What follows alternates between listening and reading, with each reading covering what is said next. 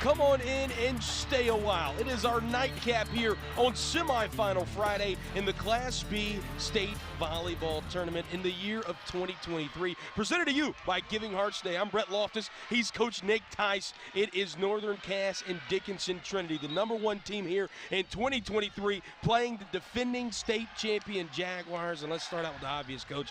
They absolutely dominated on quarterfinal Thursday yesterday, both winning in sweeps and also both winning some sets that were very, very commanding fashion. Yeah.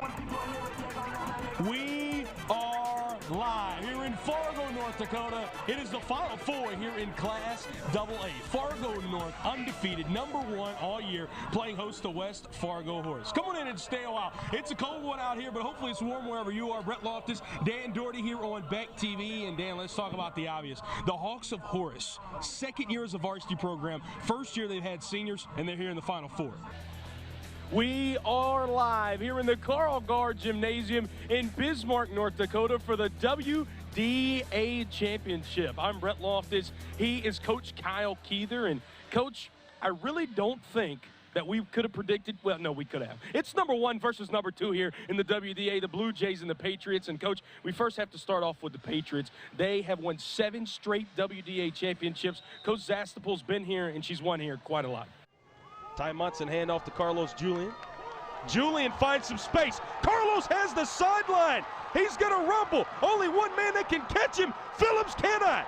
And a 75-yard rushing touchdown for Carlos Julian, flipping the momentum for the Jimmies here on homecoming. 4th and 4 on the Hettinger County 34. Perhaps the most important play of the ball game to this point. Down by 2 possessions, the Huskies need a defensive stand to stay alive. Berkeley France out to his right, looking to run it. France got a lot of green grass, and Berkeley France takes it to the crib for his 3rd rushing touchdown of the afternoon, and that might just seal the deal for South Border. In 4 men out to the left. Isolating J.J. Davison off by himself, bottom of your screen. Again, showing pressure. The Blue Hawks have brought a lot of it today. They throw it to J.J. over the middle. J.J. catches it on the blue end, and J.J. Davison sprints home for his 2nd touchdown of the afternoon. The Comets making a boom right now here in Mayville. Still Herman and Olsen in the backfield. Olsen looking for the end zone. Caleb Dwar yet again, and another touchdown for 1-5 in the blue and orange. 4 first-half touchdowns for Caleb Dwar. That was a 22-yard touchdown. Maxwell Welch will tee us off. He's provided all 6 points today for the Lancers. He also has 3 touchbacks on kickoffs today. As back to receive it, it'll be Parker Hager for the Jimmies, as well as Rayshawn Benners. 2 defensive guys back deep. Usually don't see that very much on kickoff return, but guys that can make plays with the ball in their hands. Getting ready for 30 more minutes of exciting G-Pack action here in Jamestown. And a squib kick as the up man will take it and just take a knee at the 28. Jimmies start out there on their first drive of the 2nd half. Chris, what are any halftime adjustments you hope to see out of Coach Mistro's crew? You know, honestly, the offense was buzzing at times because of the big play, and if you take those penalties away, I think they're okay. So there's not a whole lot I would do as far as the Jimmy offense is concerned. Now, in that first half, they did a good job of picking up a lot of blitzes. But I think if you're Mount Marty defensively, I think you keep going back to it. Keep going back to the blitzes. Just because Jamestown handled it the first half doesn't mean they're going to handle it in the 3rd and 4th quarter. Pistol set, 2 man out wide. Toss left to Carlos Julian. Julian goes out of bounds, but not before he gets 2 yards.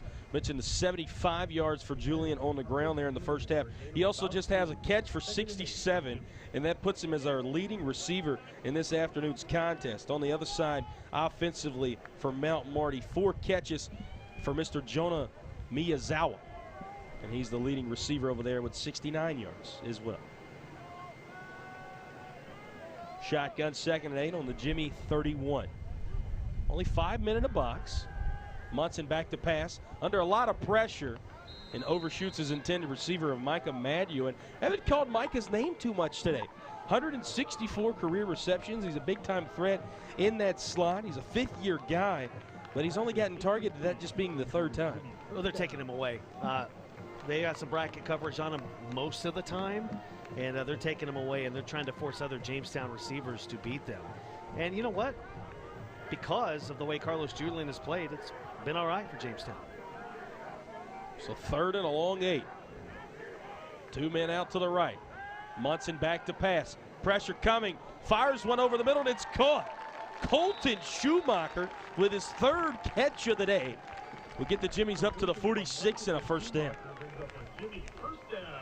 Schumacher can stop on a dime, and he's a smart football player. Just knows where the hole's going to be, sets up there, and that's a nice throw under pressure by Munson. Off of his back foot, something that a lot of coaches teach not to do. Ty Munson, though, with immense talent. The city of Jamestown has seen it for 6+ years now. A graduate of Jamestown High and now playing here at U of J. Over the middle, as that one's going to be out of reach of the outstretched hands of Colton Schumacher. So back-to-back plays. They target the sophomore. So now 2nd and 10 we go. Defensively here for Mount Marty, Chris, what do they need to change?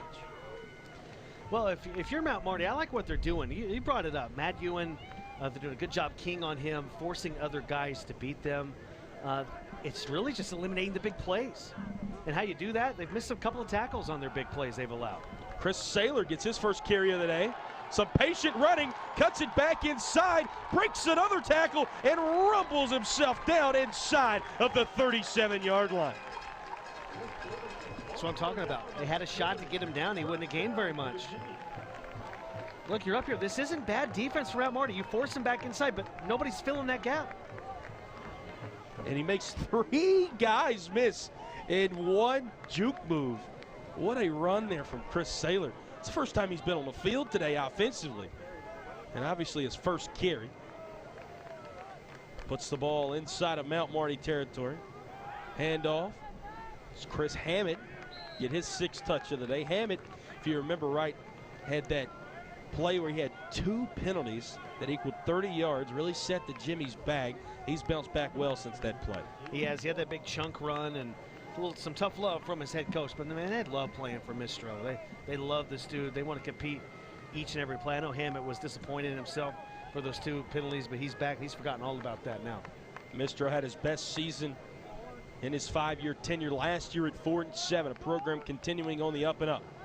Maduin, they give it to him this time, handoff. Micah runs with some patience, and he'll be knocked out of bounds.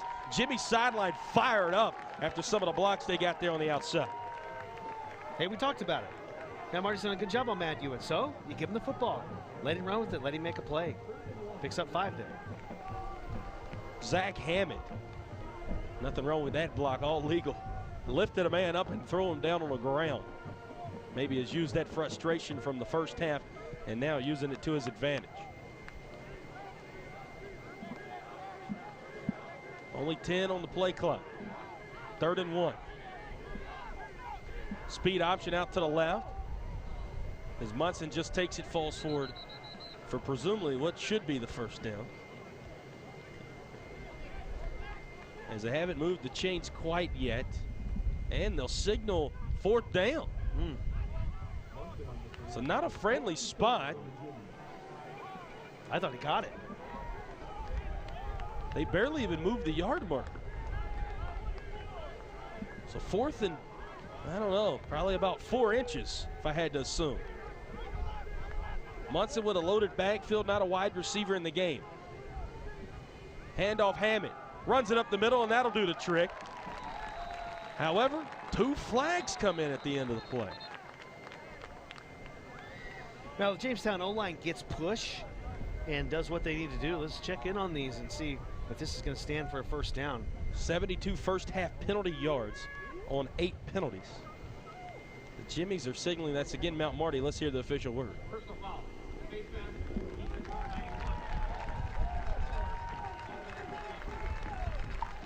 Yeah, right at the end of the play, grab the inside of Hammett's face mask to see if it's going down.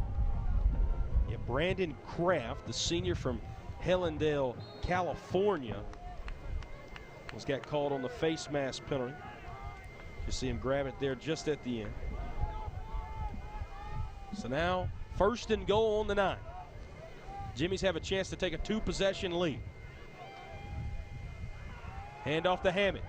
Back inside, and Zach Hammett untouched for his first touchdown of the afternoon. The Jimmy's jamming out here on homecoming. This was picturesque on how to block on this play. Look at this. Sealing the edge, big hole. Hammett makes the cut. How about that block by Luke Andrews, setting that whole thing up. Owen Peterson on the kick, the extra point. Holding Gage Solano. It is up, and it is good. Jimmy's 21-6 early here in the second half.